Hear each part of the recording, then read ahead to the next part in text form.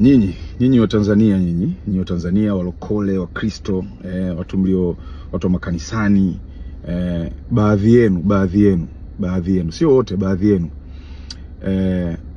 mapilato, mmekuwa mapilato, yani mmekuwa mapilato, mna dictate vitu, nyinyi ndio mnaamua, nyinyi ndio mnasema mtu aweje, mtumishi afanye nini, na naomba tu niseme wazi tu leo kwa haraka tu hapa kwamba please acheni ushamba, baadhi yenu acheni ushamba. Telling you this is very bad. Naongea kutoka moyoni, na mimi huwa siongei, huwa mna throw a lot of things to me. Mimi mtu natupiwaga vitu vingi tu, kila mtu anaibuka huko anasema lake, huyu anasema hiki, anatafsiri hiki, na nimekuwa nikikaa kimya for so long. Nakaga tu kimya, naangalia, na sio kwamba sioni, nasoma mitandaoni, naona vinavyoongelewa, wakati mwingine nashangaa. Lakini sasa kinachonishangaza nakuja kugundua kwamba yani mnazungumza vitu, baadhi yenu hamna hata ufahamu navyo, hujui kitu hata kinachoendelea, unaibuka tu unakotoka, unaanza kusema tu Sasa hebu fanyeni basi hata research, hebu fuatilieni hata vitu kabla hujaingia. It's not just because una bando unaweza kucomment kwenye kitu fulani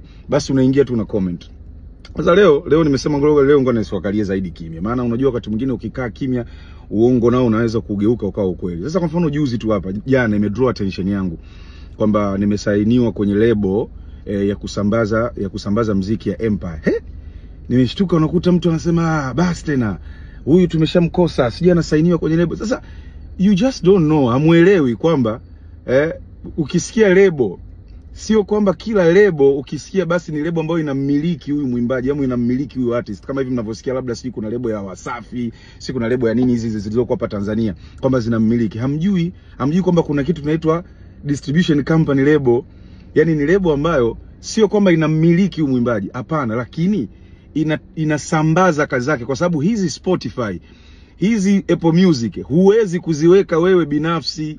Yani wewe kama wewe mtu tu ukaingiza wimbo wako kule, unatumia kampuni kuingiza nyimbo kule, uwezi, hawakutambui wewe, hawakutambui mtu, wanatambua hizi kampuni ambazo ndo zinaweza kuingiza muziki kule. Ndio maana zamani tulikuwa tunatumia DistroKid, tukaja kutumia hizi CD Baby. Mtu alikuwa ni lazima uji-enroll, uingie DistroKid ndio uweze kuifanya hii nyimbo yako DistroKid waiweke huko Spotify. Sasa mtu anakurupuka tu. Na ndio the same hizi kampuni kama hizi Empire ama ambao nilikuwa nafanya nayo kabla Empire, ni kwamba what they do, wanachukua ile nyimbo yako, wanaingiza kule, wanasimamia distribution kule, kwa wao wanakata percentage yao ya kusimamia kuzisambaza kazi zako kule kwenye hizi Spotify, Apple Music, sijui nini zote zilizoko huko.